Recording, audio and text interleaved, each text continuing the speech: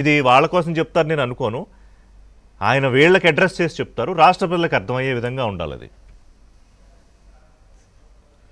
Sir మూర్ఖుడికి ఏం చెప్పినా అది తీసుకోరు. ఈ రాష్ట్రానికి ఒక పెద్ద మూర్ఖుడు జగన్మోహన్ రెడ్డి గారు. నేను ఆయన వ్యక్తిగతంగా నేను ఎక్కడా కాదు, ఆయన తీరుని ప్రశ్నిస్తున్నాను. ఆయన తీరుని నేను చెప్తున్నాను. జగన్మోహన్ రెడ్డి గారు తీరు మీరు చూస్తే సొంత బాబాయిని వేసేసి, సొంత బాబాయిని గొడ్డలతో వేసేసి, ఆ డిఎస్సి ఎపిసోడు వివేకానంద రెడ్డి గారి హత్య ఒకసారి బాగా చూడండి సార్, గమనించండి. ఒక్క నిమిషం నాకు టైం ఇస్తే క్లియర్గా ఎక్స్ప్లెయిన్ చేస్తాను. ఏబిఎన్ ద్వారా రాష్ట్రం అంతా తెలియాలి. తెల్లారుజామున 3:30కి 4 గంటలకు ఆయనకే మొదటి ఫోన్ వచ్చిందని సునీతమ్మ చెప్పింది. సరే, ఆయన తెలియనిట్టే నటించాడు. ఫస్ట్ ఏం చెప్పారు, గుండెపోటు అన్నారు, బాత్రూంలో పడిపోయారు, తలకు రక్త గాయమైందని చెప్పారు. దాని తర్వాత ఏం చేశారు, కుట్లేశారు. ఆయన రోడ్డు బయలుదేరారు. ఆయన రావాలనుకుంటే ఇప్పుడు అంతా పరామర్శకి, ఇప్పుడు జైలుకి వెళ్తున్నాడు, అన్ని చోట్ల ఆయన ఫ్లైట్లో వెళ్ళి మళ్ళీ ఆ నుంచి రోడ్డు మీదకి వెళ్తారు. హైదరాబాద్లో నుంచి సాయంత్రానికి అక్కడికి చేరుకున్నారు. అంతవరకు ఎపిసోడ్ అంతా నడిపారు. బాగా ఎలక్షన్ మూడులో వివేకానంద గారిని చంపేశారని బాగా ప్రజల్లోకి తీసుకెళ్ళేలాగా చేసి, సాయంత్రం ఏమన్నారు, ఇట్లా వివేకానంద గారి కుమార్తెని, షర్మిలమ్మని, విజయమ్మని, అందరినీ కుటుంబం అంతా పెట్టుకొని సిబిఐ ఎంక్వైరీ కావాలి వివేకానంద రెడ్డి గారి హత్యలో, ఇది హత్యే, చంపేశారు, తెలుగుదేశం వాళ్ళు చంపేశారు, నారాసుర రక్త చరిత్ర, ఇది వివేకానంద రెడ్డి గారి హత్య. మీరు చూశారు ఒక రోజంతా ఎపిసోడ్. సేమ్ డిఎస్సి ఏం చేశారు, ఫస్ట్ పేపర్ లీక్ అన్నారు. పేపర్ లీక్ అవ్వదు, జరగదు, నవీన్ అనేవాడికి ఉద్యోగం ఇవ్వలేదన్నారు. ఎందుకు ఉద్యోగం ఇవ్వలేదు అని మళ్ళీ క్వశ్చన్ చేశారు. అక్కడి నుంచి ఏమన్నారు, స్పోర్ట్స్ కోటాకు వచ్చారు. స్పోర్ట్స్ కోటాలో మొత్తం సర్టిఫికెట్లు సర్టిఫికెటే లేకుండా ఉద్యోగాలు ఇచ్చారు. లేదు, సర్టిఫికెట్లు ఉన్నాయి చూడండి అంటే అవి దొంగ సర్టిఫికెట్ అండి.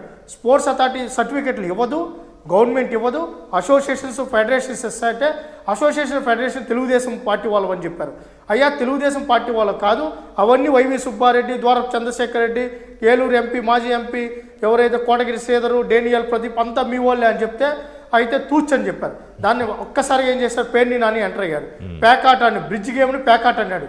అసలు పేకాట ఆడే వాళ్ళకి ఉద్యోగం ఇచ్చారు. అయ్యా, బ్రిడ్జ్ గేమ్ అనేది గవర్నమెంట్ ఆఫ్ ఇండియా, మీరు ఏమన్నా ప్రశ్నించాలనుకుంటే నరేంద్ర మోడీ గారిని ప్రశ్నించండి, మీ స్పోర్ట్స్ అథారిటీని ప్రశ్నించండి. అయినా కూడా ఈ రాష్ట్రంలో బ్రిడ్జ్ గేమ్ అనేది లేదు, ఆడలేదు, ఆడించలేదు, అసోసియేషన్ లేదు, సర్టిఫికెట్లే ఇవ్వలేదని చెప్తే ముందే చెప్పాలి కదా. అంటే మేము ముందే ఊహించుకొని చెప్పాలని చెప్పారు.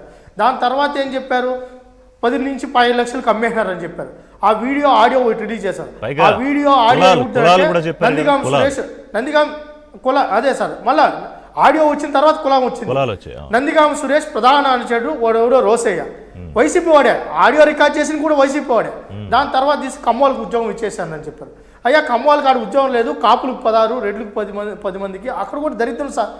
స్పోర్ట్స్ కులమే కాదు కాదు రవినాయుడు గారు, ఎంత దారుణమైన పరిస్థితి ఆంధ్రప్రదేశ్. సార్ చెప్తున్నా సార్, ఇది ఈ నుంచి ఏం చేశారు, కులం అయిపోయింది. లాస్ట్కి మళ్ళీ ఇప్పుడు దీక్షలు మొదలుపెట్టారు, ధర్నాలు చేశారు, రాస్తారోకాలు చేశారు. జంజీ అన్నారు, కాటికి కాలు చాపేసిన వాళ్ళని, వయోవృద్ధుల్ని, కుర్రవద్దుల్ని పింఛన్ తెల్లాతో తీసుకొని టెంట్లో తీసుకొని వచ్చి కూర్చోబెట్టారు. బిర్యానీ ప్యాకెట్లు ఇచ్చి, మద్యం ఇచ్చి అక్కడ కూర్చోబెట్టారు. మాకు అర్థం కాదు ఏంటంటే, లాస్ట్ తీరా చూస్తే వివేకానంద రెడ్డి గారి హత్య చేసింది ఆ కొంపలోనే ఉన్నారు.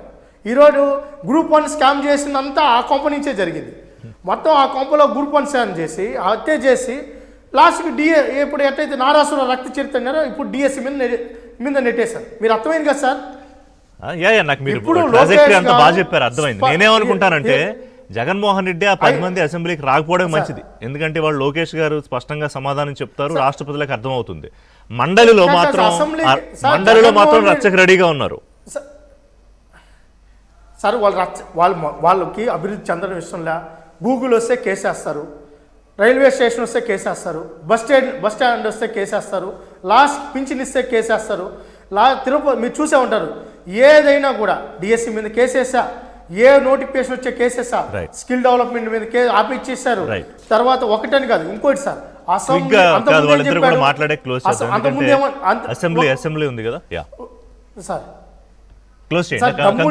జగన్మోహన్ రెడ్డి నేను పులివెందుల పులి అంటారు. నువ్వు పులివెందుల పులే అయితే దమ్ముంటే అసెంబ్లీకి వచ్చి మాట్లాడు, లేదా ఆయన గెలిచిన నియోజకవర్గం నుంచి రైట్ రాయల్ గా వచ్చి ఆయనకి ఇచ్చిన సీట్లో కూర్చుని మాట్లాడొచ్చు.